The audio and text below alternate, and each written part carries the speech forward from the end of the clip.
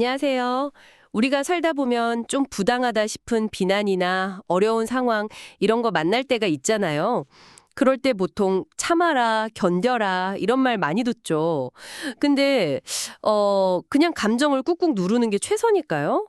이게 마음이 편한 방법은 아닌 것 같은데, 혹시 뭐, 마음의 동요 없이 이런 상황을 좀 근본적으로 다룰 다른 방법은 없을까요? 네. 아주 중요한 질문이신데요. 마침 오늘 저희가 다룰 자료가 바로 그 부분이랑 연결이 됩니다. 보내주신 강연 내용을 보면 마음의 법, 고꼴에는 호라는 개념이 나오는데요.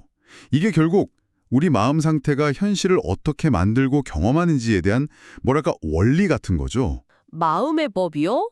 흥미로운데요? 네. 특히 이 자료에서는요. 그냥 버티는 거 있잖아요. 참음, 와만 이거 하고 진정한 의미의 인욕, 닌죽 이 두 가지가 어떻게 다른지에 딱 초점을 맞추고 있어요. 아, 참는 거랑 인욕, 이게 다른 거군요.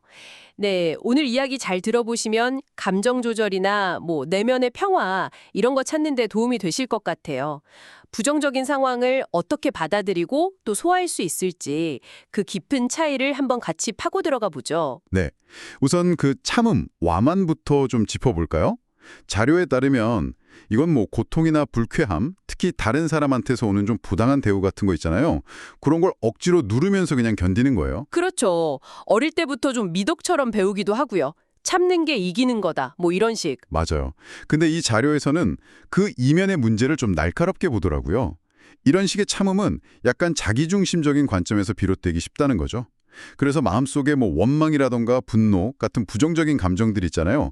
그게 해결이 안 된 채로 그 자료 표현을 빌리자면 타지 않은 찌떡이 넨쇼 데키나이무노처럼 그냥 쌓이는 거예요. 아, 하지 않은 찌꺼기. 뭔가 해소되지 않고 남아있는 느낌이네요. 네. 그래서 부모님들이나 어른들은 참아라 하는데 정작 본인은 속으로 다음번엔 가만 안 둬라든지 뭐 어떻게 불만을 터뜨릴까 약간 이런 생각을 하게 될 수도 있다는 거죠. 반격을 준비하는. 음, 겉으로는 참고 있지만 속으로는 칼을 가는 거네요. 그렇죠. 결국 이렇게 억눌린 감정은 뭐 불만이나 분노, 다툼으로 이어지고 심하면 파괴적인 행동까지 갈 수 있고요. 나중에는 다 허무하다. 이런 무정함에 빠지는 악순환을 앓을 수 있다고 분석해요. 자료에서 슬쩍 언급된 뭐 전쟁 경험 같은 건 이런 파괴적인 순환의 아주 극단적인 예시라고 볼 수 있겠죠. 와, 겉으로만 참는 건 정말 병이 될 수도 있겠네요. 그럼 그 자료에서 말하는 인욕은 어떻게 다른 건가요? 참음이랑요? 인욕은요, 외부에서 어떤 모욕이나 어려움이 와도 마음속에서 원망, 분노, 시기심 같은 거 있잖아요. 그런 어두운 생각의 원인 자체를 만들지 않는 거예요. 만들지 않으면서 그걸 받아들이고 견뎌내는 상태. 아, 원인 자체를 만들지 않는다. 네, 참음이 약간 억지로 뚜껑 닫아버리는 느낌이라면 인욕은 상황 자체는 받아들여요. 받아들이되 마음의 평정을 지켜서 부정적인 감정의 씨앗을 아예 심지 않는 거죠. 오, 단순히 견디는 걸 넘어서 그 부정적인 감정의 뿌리 자체를 만들지 않는다. 이게 핵심이군요. 이게 왜 그렇게 중요할까요?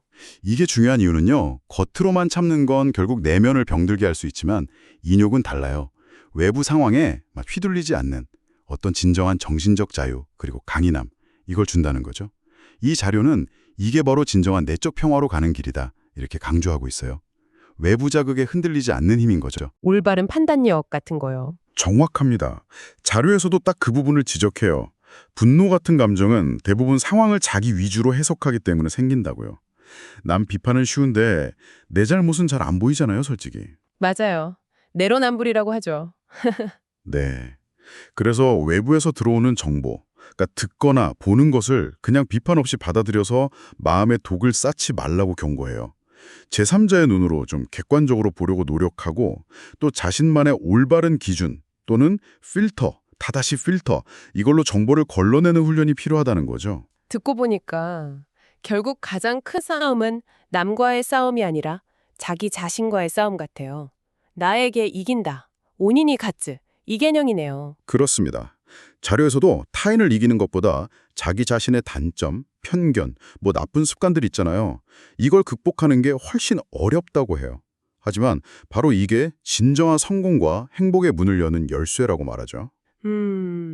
그게 진짜 어려운 건데. 그렇죠. 비유를 들자면 튼튼한 기초 없이 높은 건물을 지을 수 없잖아요. 마찬가지로 삶의 목표를 이루려면 그냥 욕망만 좇을 게 아니라 한 단계씩 이딴 꾸준히 자기를 돌아보고 수정하면서 내면의 기초를 다져나가야 한다. 이런 이야기입니다. 네. 오늘 우리는 단순하게 그냥 참는 걸 넘어서 내면의 평화를 지키는 인욕의 힘에 대해서 이야기 나눠봤고요. 또 이걸 위해서 올바른 판단력, 그리고 꾸준한 자기 성찰, 즉 자기 극복이 얼마나 중요한지도 확인했습니다. 자, 이제 청취자 여러분께 한번 여쭤보고 싶네요. 여러분의 일상에서는 주로 참고 계신가요? 아니면 혹시 인욕을 실천하려고 애쓰고 계신가요? 외부의 어떤 말이나 상황 때문에 마음이 좀 흔들릴 때 나만의 중심을 잡는 방법은 혹시 있으신가요?